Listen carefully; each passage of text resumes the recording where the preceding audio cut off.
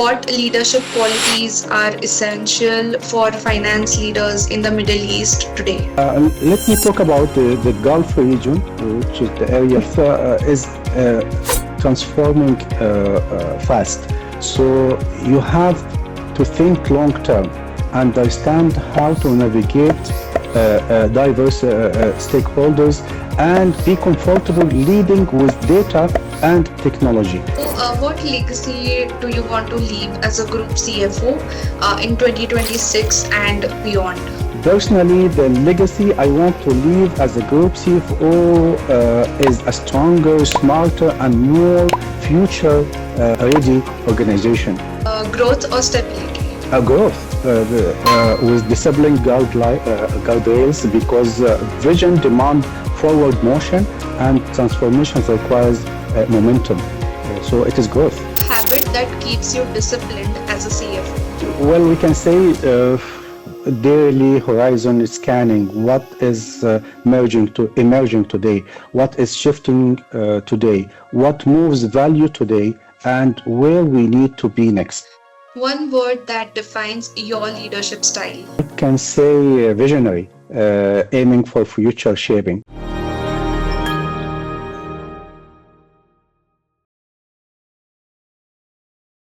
What if I told you that the biggest threat to a business isn't competition? It's making the wrong decision at the right time. Every day, leaders are forced to make $1 million decisions with incomplete information.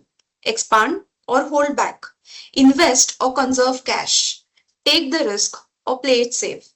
And behind many of those decisions is one person most people never hear about. That is the CFO, the Chief Financial Officer. But today's CFO isn't just managing spreadsheets and budgets. They're shaping strategy, navigating uncertainty, driving transformation, and helping organizations survive in a world that's changing faster than ever before. So, what does it really take to lead from the financial front lines? Today on Empire Global Talks, we are joined by Khaled Elshafei, an accomplished group CFO with over 3 decades of experience turning financial clarity into business advantage. So let's dive in. Welcome to the Empire Global Talks, an initiative by the Empire magazine, where we bring you conversations with visionary leaders shaping the future of business and leadership. I'm your host Pooja, and today we are honored to be joined by one of the region's most respected financial leaders, Mr. Khaled Elshafei. Welcome, Pooja. Thank you for inviting me to this impressive magazine event. Thank you very much. And I hope that we will have a constructive and informative discussion today to help your audience. Thank you. Definitely looking forward. To begin with the questionnaire, here comes the first and one of the most important questions. How did your journey from audit manager to the group CFO shape your strategic mindset? Well, indeed, it was a long journey spanning over 3 decades of extensive experience, streamlining business operations, evolving productivity and efficiency, where strategic vision plays an instrumental role to align financial governance with organizational transformation. At the same time, overseeing the overall financial activities, conducting investment evaluations, financial modeling, and comprehensive financial studies, while appreciating precision, discipline, and long-term value creation. To be more specific, the journey fundamentally shaped my strategic mindset by moving me from assurance-focused thinking to enterprise value creation.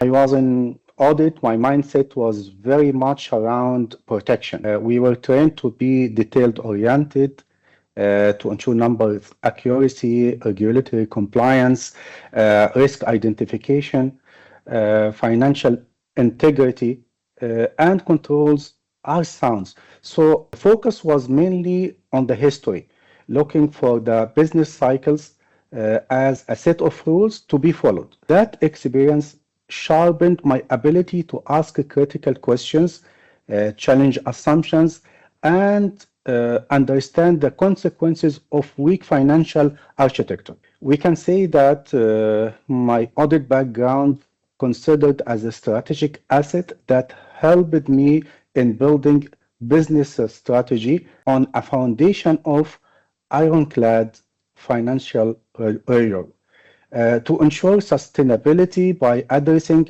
how the underlying risks are being mitigated. While shifting to the CFO role forced me to expand beyond risk detection into value creation with totally different approach as well as designed strategy, moving from reviewing performance to driving performance efficiency. It is not just about avoiding fraud, but about value creation that can be achieved by capital allocation to drive the growth, optimize the portfolio across business units, guarantee cash flow resilience over pure profitability, create funding strategy and balance sheet strength, align the strategic risk appetite with growth ambition. We can say that my CFO journey taught me commercial agility, understanding market dynamics, competitive positioning, mergers and acquisition strategies, and stakeholder alignment. The most important, it shaped how I balance control with growth, as well as the trade-off risk with sustainable expansion while protecting the enterprise value. That was indeed an inspirational journey. Coming to the next question, what does being a strategic CFO mean in today's global business environment? The global business environment now uh, makes the companies operate in a world of volatility and geopolitical uncertainty, digital disturbance, global competition, rapid innovation cycles, demand for transparency and sustainability. So the strategic CFO today is much more than financial controller. They are forward-looking business partners who help shape the company's strategies, drive the transformation, and create long-term value. A strategic CFO uses the data and scenario planning and financial insight to guide decisions and manage the risks, build the resilience, and ensure the organizations stays competitive in this uncertainty positions. Uh, they work across functionality and lead digital and operational improvements and help the CEOs to navigate both opportunities and the challenges across markets. The CFO who is uniquely positioned to integrate financial discipline with a strategic foresight is considered one of the most critical leaders in the modern organizations. So we can say that a strategic CFO acts like a partner in setting the corporate strategy, translate the vision into financially sound strategy, and drive the informations, the transformation of the organization and its environment and its growth, leading the digital transformation, operational optimization, and enterprise-wide change initiatives, ensuring the business adapts to the fast-moving markets. Also, he plays a role of a navigator of the global. He anticipates the risks and model the scenarios and guide decisions that protect the business across regions and markets geopolitically shifts. Uh, he also plays a role of a master of dynamic data driven. This happens through the real-time analytics and forecasting. They move beyond static budgets and continue continuous agile financial management. Also, he plays a role as a cross-functional influencer to collaborate with the functions, all the functions like sales, operation, HR, all the teams, to connect financial insight with business execution, ensuring that every function aligns with the strategic goals.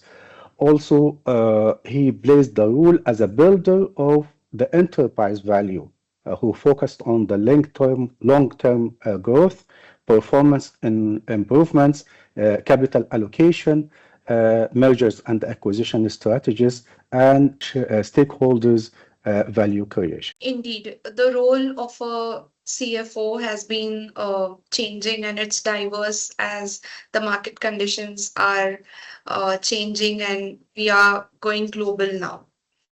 Coming to the next question, how do you transform financial clarity into competitive advantage? Financial clarity is the ability to see the business clearly enough. That ability allows you to act with confidence, speed, and precision. I believe financial clarity becomes a competitive advantage when it enables the organization to make faster and smarter and more confident decisions. When you truly understand your value, where your value is created and where it is being lost, you can allocate resources more effectively and respond to risks earlier. An example, clear visibility into margins and cash flows and cost drivers allows the company to optimize operations without compromising the quality. It also strengthens the forecasting, which improves agility in volatile market. That agility is often what separates industry leaders from everyone else. We can say that speed plus accuracy will lead you to advantage. Financial clarity also builds trust with investors, partners, and internal teams. When people understand the financial reality behind decisions, alignment improves and execution becomes stronger. So for me, clarity is not about knowing numbers or reporting numbers. It's about turning insights into action that improves performance faster than competitors can react. Clarity allows organizations to turn insight into faster and smarter decisions. Uh, Identify profitable opportunity early, cuts losses before they grow, and allocate capital with intention. Clarity will help you to build the strategy on reality, not on assumptions, which products or customers to really driving the margin, where hidden costs erode the value, which investments create long-term returns. The competitors guessing with incomplete data fall behind. Optimize costs without weakening the business. Streamline the operations, improve pricing, discipline, and strengthen supplier negotiation. Also, it improves the forecasting and market agility. Clear financial signals support more accurate demand planning, better cash flow management, faster pivots when markets shift. Agility can be said like agility is one of the most powerful competitive differences today. Building trust with investors is also one of the benefits of the clarity between partners and investors and internal teams. Uh, Financial clarity enhances the credibility. It helps organization attract investments, strengthening stakeholders' confidence, align teams around measurable goals. Uh, we can say also the trust accelerates growth. Uh, Also, clarity empowers the culture of ownership. Uh, uh, when teams understand the why behind the decisions and innovation becomes grounded in business reality, everyone contributes to performance, not just finance. So, indeed, that was an insightful session. Coming to the next question, what role does governance play in sustainable business growth? Actually, governance plays a critical role in sustainable business growth. Why? Because it creates the structural discipline and accountability. That structural discipline and accountability allows the company to scale reasonably. Strong governance ensures that decisions are transparent, risks are managed proactively, and resources are allocated in a way that supports long-term value rather than short-term gains. Governors builds trust with investors, regulators, employees, and customers. When stakeholders see that the company operates ethically and with clear oversight, it becomes easier to attract capital and retain the talents and maintain a strong reputation in the market. Uh, Good governance drives the consistency. It aligns leadership around clear priorities, ensures compliance with regulations, and creates mechanism for monitoring performance. That stability allows the business to innovate and grow without exposing itself to unnecessary risks. In short, we can say that governance is the backbone of sustainable growth. It provides the guardrails that keep the organization focused, accountable, and resilient as it scales. Indeed, it was an insightful thought from you. So, going forward, what was the most challenging financial transformation you have led, and what did it teach you? Uh, in my career, it was a long journey, so I had several challenging transformation projects. One of the most challenging one was leading a full redesign of our budgeting and forecasting process across multiple business units. When I stepped in, each team used different tools, timelines, and assumptions, which made consolidation slow and decisions making reactively. The real challenge was not the technical work. It was aligning people who had very different priorities and levels of financial maturity. We started with mapping the pain points with each stakeholder groups, then introduced a unified forecasting model and monthly rolling forecast cadence. Uh, I paired that with training sessions so teams understood not just the how but the why. The first few months were messy, but once the new process stabilized, we cut our planning cycle time by more than half, and leadership finally had forward-looking visibility instead of backward-looking reports. Uh, what it taught me is that financial transformation is never just about numbers or systems.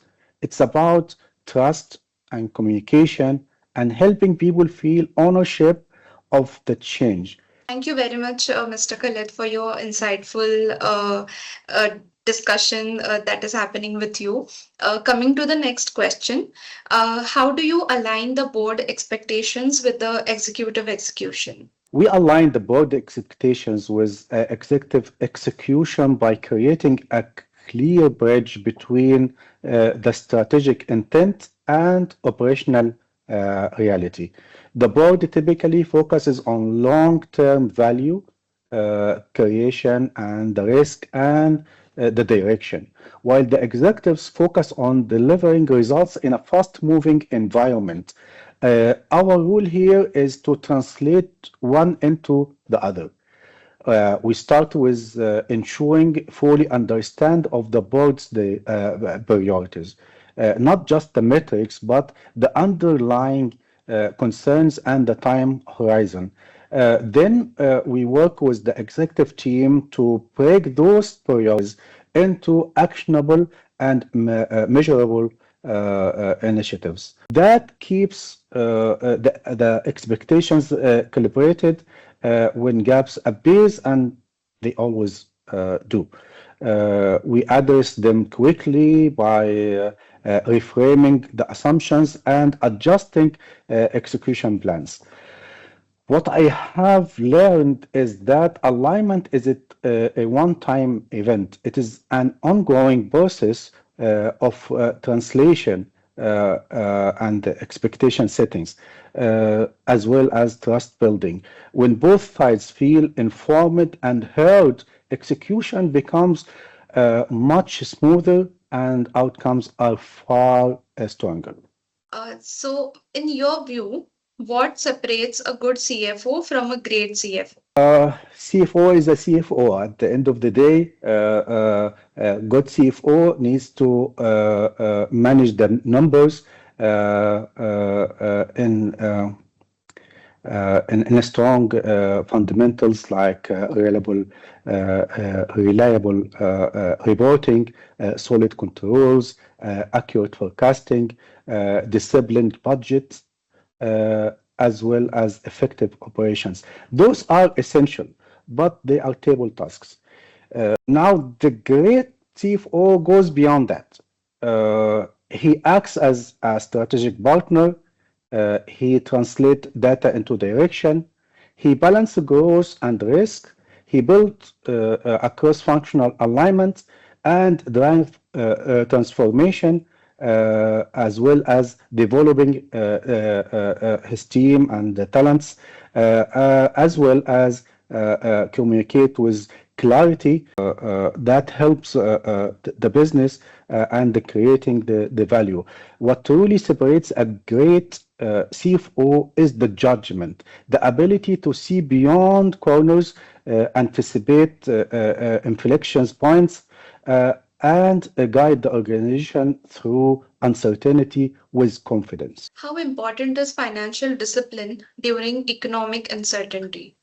Financial discipline is always very important. However, in uncertainty circumstances, financial discipline become even more important as the economy at that time gets shaky and uncertainties are there. The financial discipline is what keeps the company steady while everything around it feels unpredictable.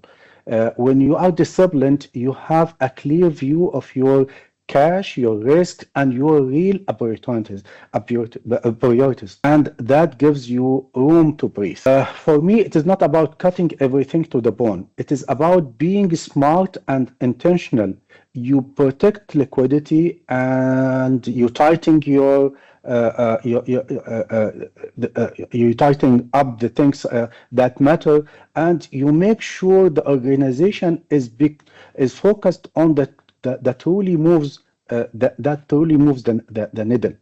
Uh, when you do that, you are not just surviving uncertainty, you are actually in a position to take advantage of it. In short, we can say that discipline gives you options, and in uncertain time, options are everything. You can say that financial discipline in uncertain times means three things: clarity on priorities, protecting liquidity and strengthening the resilience, and enable agility, not the austerity. Ultimately, we can say that financial discipline is what turns uncertainty into opportunity. It gives leadership the confidence to act decisively instead of defensively. Definitely, you have given a very good insight on the uh, managing the finances during the uncertain times. So, how do you approach restructuring while maintaining organizational stability? The goal of restructuring is to make organizations stronger without creating unnecessary disturbance. The key is to balance the transparency with speed and empathy. People can handle tough news, but they struggle with uncertainty. So we focus on giving clarity early and often. We start with explaining the need for the restructuring, clear strategic rationale, why we are doing this, what problem we are solving, and what the end result will look like. When people understand the why, they are far more likely to stay engaged. Uh, from there, we move quickly on structural decisions, but very thoughtfully on the people side. That means tight coordination with departments, on functions, especially with HR, consistent messaging from leaderships, and making sure managers are equipped to support their teams. Throughout the process, we keep communication open. Even if all answers are not ready, we share what we do now and what concerns next. That what maintains stability. In the end, restructuring is as much about trust as it about organizational trust. Uh, if you handle the process with clarity and respect, the organization comes out more aligned, more focused, and more resilient. What is your strategy for optimizing funding and banking relationships? The strategy is to treat them as long-term strategic partners, not transactional interactions. Banks support you best when they understand your business, your risk profile, and your long-term direction. So, personally, I invest heavily in transparency and consistency of committed facilities, working capital solutions, and capital markets access, depending on the organization size and stage. I don't wait for crisis to engage leaders. I keep them close when things are going well. So they are confident in us when the environment gets tougher. On the relationship side, I'm very intentional about communication. I share performance updates, upcoming needs, and potential risks early. Banks don't like surprises. When they feel informed, they are far more willing to be flexible on structure uh, and pricing and capacity. Ultimately, the goal is to create optionality, strong and healthy banking relationships, and well-designed funding strategy give the company room to invest and navigate uncertainty and move quickly when opportunities appears. So, how has digital transformation changed the financial function? Indeed, it changed the financial functions heavily. In fact, the digital transformation has completely reshaped the finance function. It moved us from being backward-looking bookkeepers or scorekeepers to forward-looking business partners. Automation and better data tools have taken a lot of the manual work of our team's plates, which means finance can spend more time analyzing and advising instead of just processing. Also, digital transformations allows real-time data, and that probably have been the biggest shift. Instead of waiting for the period end to understand the performance, we can see trends as they happen and help the business course correct faster. It has also improved the accuracy and consistency when everyone is working of the same data. Decision making becomes a lot more aligned. And honestly, it has changed the talent profile as well. Finance team today needs people who are comfortable with analyticals, systems, and storytelling, not just accounting. The functions has become more strategic, more tech enabled, and more integrated with the rest of the business. In short, we can say that digital transformation has not just made finance faster, it made finance more influential. So you have such a diverse experience in almost all types of financial roles that you have taken care of very well. So according to you, what leadership qualities are essential for finance leaders in the Middle East today? Gulf region is transforming fast, so you have to think long term, understand how to navigate diverse stakeholders, and be comfortable leading the data and technology. So, finance leaders in the Middle East, especially in Gulf today, need three things: the strategic vision, the cultural intelligence and awareness, and the digital and technological fluency. In the strategic vision, the Gulf economics pushing major transformation agendas. Finance leaders must connect day-to-day decisions to long-term national and sectoral priorities. For the cultural intelligence in Gulf region, relationships and cultural norms matter. The ability to lead diverse teams, manage changes, and build trust is essential. Bearing in mind that with increasing regulatory requirements and the global integration, ethical leadership and strong governance are non-negotiable. Also, in the term of digital and technological fluency, AI and automation and the digital banking are reshaping the financial landscape. Leaders who understand and embark these tools can drive efficiency and innovation. Uh, on top of that, a strong communication and people leadership are essential as well. You need to build trust, drive alignment, and guide teams through rapid changes. The leader who combine those qualities is the one is shaping the region for the next chapter. Definitely. So, what legacy do you want to leave as a group CFO in 2026 and beyond? Personally, the legacy I want to leave as a group CFO is a stronger, smarter, and more future ready organization. By 26 so, and beyond, I want people to say that finance become a true strategic engine, not just a reporting function, but a driver of growth, discipline, and innovation.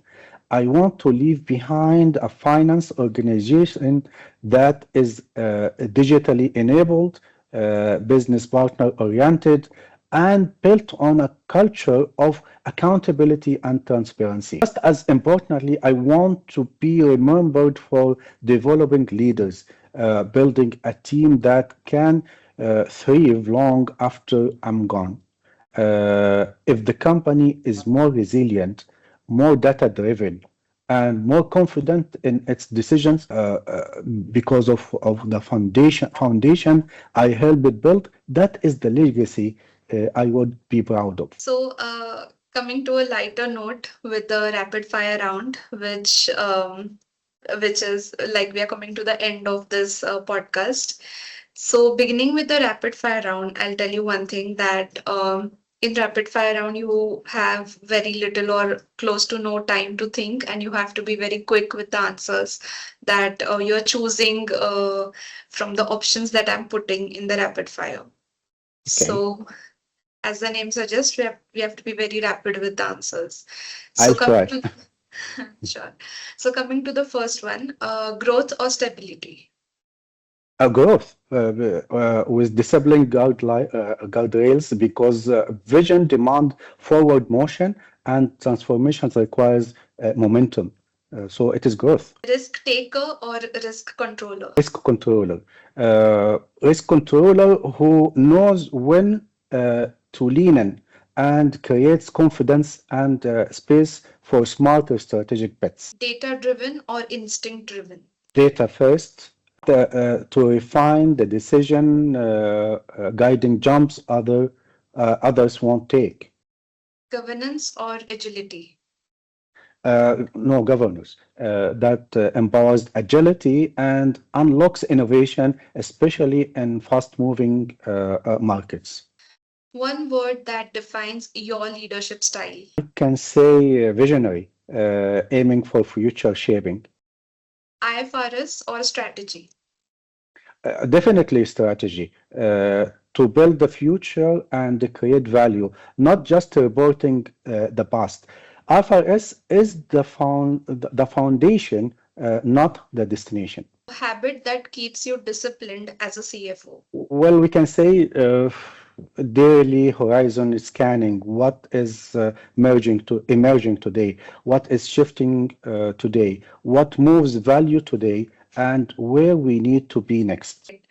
So, here marks the end of this podcast. Khaled, thank you for sharing your incredible journey, leadership, and insights and vision for the future of finance and global business. Really, thanks goes to you, Boja. Thank you very much for your time, for being patient because I'm not familiar with such interviews, and you helped me a lot to go through it. Thank you very much, and thanks for the Empire Magazine for having me here. And I hope that we had a discussion that can give some information and insights that is useful for the your audience. Thank you very much. Most welcome, sir.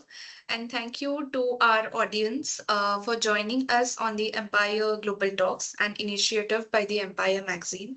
I'm Pooja, and we'll see you in the next episode as we continue bringing you conversation with leaders shaping the future for the world.